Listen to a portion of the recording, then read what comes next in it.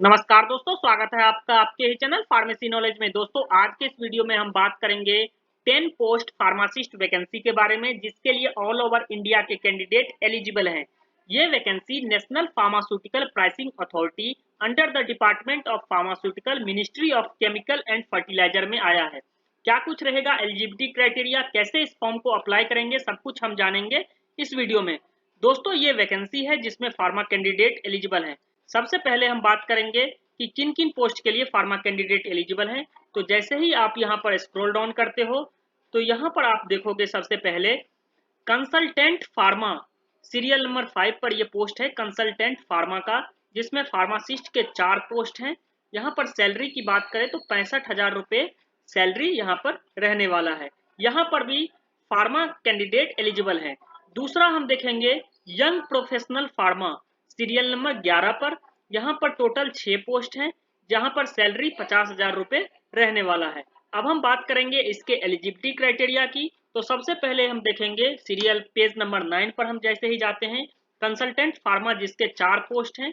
यहाँ पर eligibility criteria के बारे में बात करें तो बैचलर डिग्री इन फार्मेसी यानी बी फार्मा के कैंडिडेट यहाँ पर एलिजिबल हैं। किसी भी यूनिवर्सिटी से ऑल ओवर इंडिया के कैंडिडेट यहाँ पर एलिजिबल हैं। इसके साथ ही अगर बैचलर इन फार्मेसी के साथ अगर आपके पास एम फार्मा है तो आपको प्रेफरेंस दिया जाएगा। एक्सपीरियंस की बात करें तो यहाँ पर 2 साल का एक्सपीरियंस मांगा गया है। किसी भी इंडस्ट्री में, फार्मा रेगुलेटरी में, फार्मा प्राइसिंग में, फार्मा प्रोडक्शन में या फार्मा डाटा एनालिसिस में अगर आपके पास एक्सपीरियंस है तो आप इस पोस्ट के लिए एलिजिबल हो। तो यानी बी फार्मा के कैंडिडेट यहाँ पर अगर आपके पास 2 साल का एक्सपीरियंस है तो आप इस पोस्ट के लिए एलिजिबल हो। अपर एज लिमिट यहाँ पर 35 साल रखा गया है। अब हम बात करेंगे दूसरा जो 6 पोस्ट है फार्मासिस्ट के, उसके बारे में।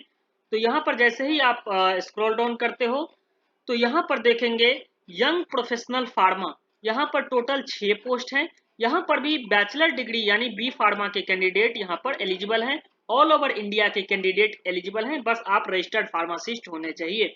एक्सपीरियंस की बात करें तो अगर आपके पास फार्मास्यूटिकल सेक्टर में वर्क एक्सपीरियंस है तो आपको प्रेफरेंस दिया जाएगा। आपके पास गुड नॉलेज होना चाहिए एमएस ऑफिस में, एक्सेल में, और गुड कम्युनिकेशन स्किल होना चाहिए।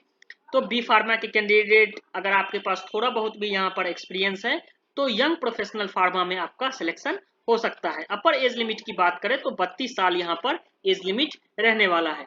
अब हम बात करेंगे कि इसके फॉर्म को अप्लाई कैसे करें। तो सबसे पहले बता दें कि ये जो वैकेंसी है वो कॉन्ट्रैक्ट बेसिस पर वैकेंसी है। पहले 1 साल के लिए आपको कॉन्ट्रैक्ट पे रखा जाएगा। अगर आपका परफॉर्मेंस अच्छा रहा तो आपका कॉन्ट्रैक्ट जो है वो इंक्रीज भी किया जाएगा। इसका जो फॉर्म है, एप्लीकेशन फॉर्म है, वो आपको ऑफलाइन मोड में फिल करना है। ऑफलाइन मोड में फिल करके आपको सारा अपना सपोर्टिंग डॉक्यूमेंट जो है वो सेल्फ अटेस्टेड करना है और उसके बाद आपको भेजना है इस एड्रेस पर। यहाँ पर आप एड्रेस दिया गया है, national Pharmaceutical Pricing authority, 5th floor, YMCA cultural centre building, 1 जाय Singh road, new Delhi. Pin code है 110001। इसके साथ ही आपको जो एप्लीकेशन है उस पर अपना पोस्ट का नाम जरूर मेंशन करना है। और ये एप्लीकेशन आज से लेकर 1 महीने तक का समय है, आप इस एड्रेस पर भेज सकते हो। कोई भी एप्लीकेशन चार्ज यहाँ पर नहीं रखा गया है।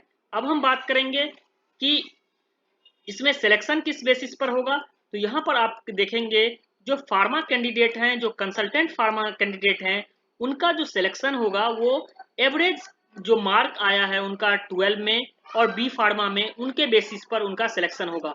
12 के 20% लिए जाएंगे और बी फार्मा के 30% लिए जाएंगे। इस बेसिस पर इनका सिलेक्शन होगा। देन हो सकता है कि इनका पर्सनल इंटरव्यू भी लिया जाए। तो इस तरह से उनका सिलेक्शन किया जाएगा। इसके साथ ही देखेंगे शॉर्ट लिस्टेड मार्क्स के और पर्सनल इंटरव्यू के बेसिस पर आपका सिलेक्शन हो सकता है।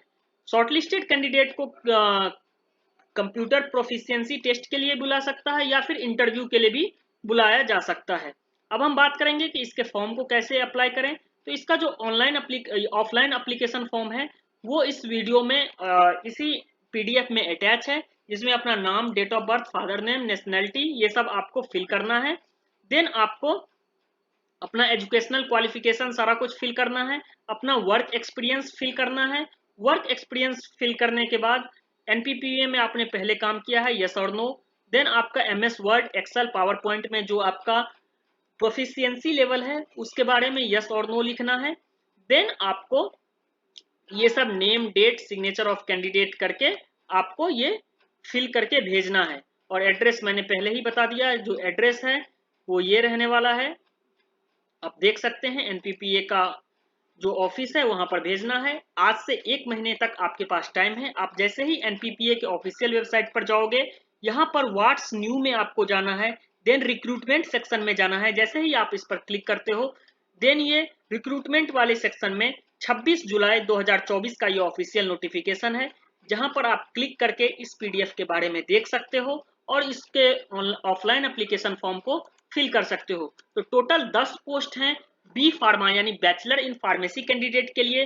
अगर आप पीडीएफ को ध्यान से पढ़ते हो तो इसमें मास्टर इन फार्मेसी यानी एम फार्मा कैंडिडेट के लिए भी काफी सारे पोस्ट निकाले गए हैं, जिसको आप देखकर फिल कर सकते हो। इसी तरह के फार्मेसी रिलेटेड वैकेंसी के लिए हमारे यूट्यूब चैनल फार्मेसी नॉलेज से जुड़े रहें और इस वीडियो को ज्यादा से ज्यादा शेयर करें।